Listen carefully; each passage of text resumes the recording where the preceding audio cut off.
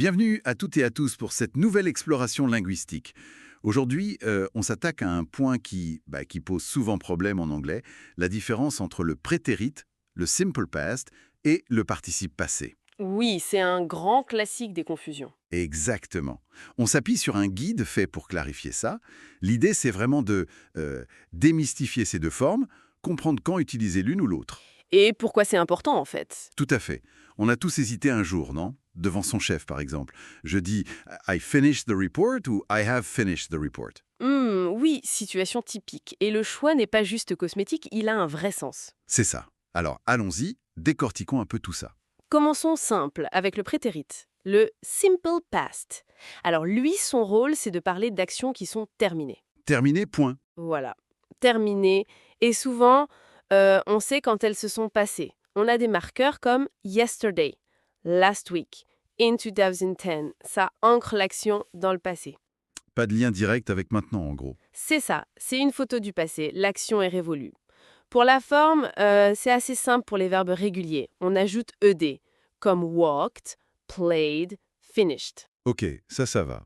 Mais évidemment, il y a les fameux verbes irréguliers. Et là, pas le choix, il faut les apprendre. Les listes interminables. Exactement. Go devient went, see c'est saw, eat donne ate. Par exemple, she bought the tickets yesterday. Achat hier, c'est fini. Ou we saw that movie last month. Vu le mois dernier, classé. D'accord. Donc ça, c'est pour l'action bien datée, bien terminée. Mais alors, quid des actions passées qui ont encore un impact là maintenant, ou dont on ne précise pas la date? C'est là que l'autre intervient, le participe passé. Tout à fait. C'est là qu'arrive le participe passé. Alors, attention, le participe passé, ce n'est pas un temps verbal comme le prétérit. Ah bon? Non, c'est une forme du verbe. Et cette forme, elle ne fonctionne presque jamais toute seule. Elle a besoin d'un coup de main, d'un auxiliaire, Un auxiliaire comme have ou be principalement, pour former ce qu'on appelle les temps composés. Le present perfect, le past perfect, ou même la voix passive. D'accord. Donc il n'est pas autonome, lui. Exactement.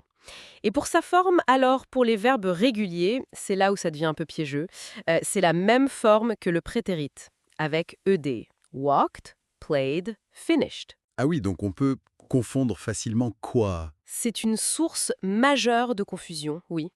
Finished au prétérit et finished comme participe passé.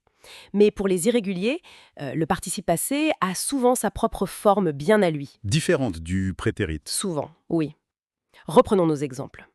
Go, went, prétérit, gone, participe passé. See, saw, seen, eat, ate, eaten.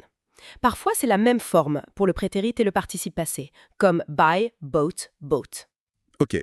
Donc, si je récapitule, la même forme écrite comme finished peut être soit un prétérit tout seul pour dire j'ai fini hier, soit un participe passé avec have pour dire j'ai fini avec une implication pour maintenant, genre le rapport est prêt. C'est exactement ça. La nuance est là. I finished the report yesterday. C'est factuel, daté, terminé. I have finished the report. Action est terminée aussi, mais on insiste sur le résultat présent. Il est fini, tu peux le lire. Ou sur le fait que c'est accompli, sans forcément dire quand. C'est subtil mais crucial. Oui. Le prétérit, c'est le récit d'un passé clos. Le participe passé avec have au present perfect, comme dans I have seen that movie, ça souligne plutôt l'expérience, je connais ce film, ou la conséquence actuelle. He has broken his leg, sa jambe est cassée maintenant. On le trouve aussi comme adjectif d'ailleurs, a broken window, une fenêtre cassée. Eh bien, maîtriser ça, ce n'est pas juste pour faire joli en grammaire, hein. Dans un contexte pro, c'est important. Ah oui, clairement. Dire I worked on this project ou I have worked on projects like this, ça ne véhicule pas du tout la même chose. Oui. Le premier, c'est du passé simple, Oui. factuel. Le second, ça met en valeur une expérience qui est pertinente pour le présent, pour ce dont on parle. Exactement. On peut, sans le vouloir, minimiser une compétence clé en entretien si on utilise le mauvais temps. C'est ça. Et ça m'amène à une erreur qu'on entend vraiment souvent. Utiliser la forme du prétérit après l'auxiliaire have. Ah oui. Genre, Genre, I have went au lieu de I have gone. Ou she has took au lieu de she has taken. ah oui, c'est vrai, On mélange les formes. c'est ça. On met le prétérit là où il faudrait le participe passé. Donc, connaître ces verbes irréguliers, Les 3 formes, ça reste un passage un peu obligé, malheureusement. Bon, pour résumer alors, 1. Le prétérit, genre went ou worked, il est seul, action finie, souvent datée. C'est simple. C'est ça. Et le participe passé, genre gone ou worked, il est jamais seul, enfin, presque. Il est avec un auxiliaire comme have ou be. Pour les temps composés ou le passif, oui. Et là, l'accent est mis sur l'expérience, le résultat présent, ou une action passée mais non datée précisément. C'est une bonne synthèse. Et peut-être, pour aller un peu plus loin, une petite réflexion pour ceux qui nous écoutent. Oui.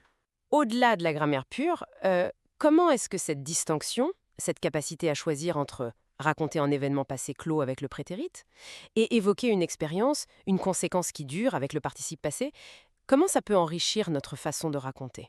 Comment ça peut affiner la précision, mais aussi peut-être la force, l'impact de ce qu'on dit en anglais, que ce soit dans la vie perso ou au travail.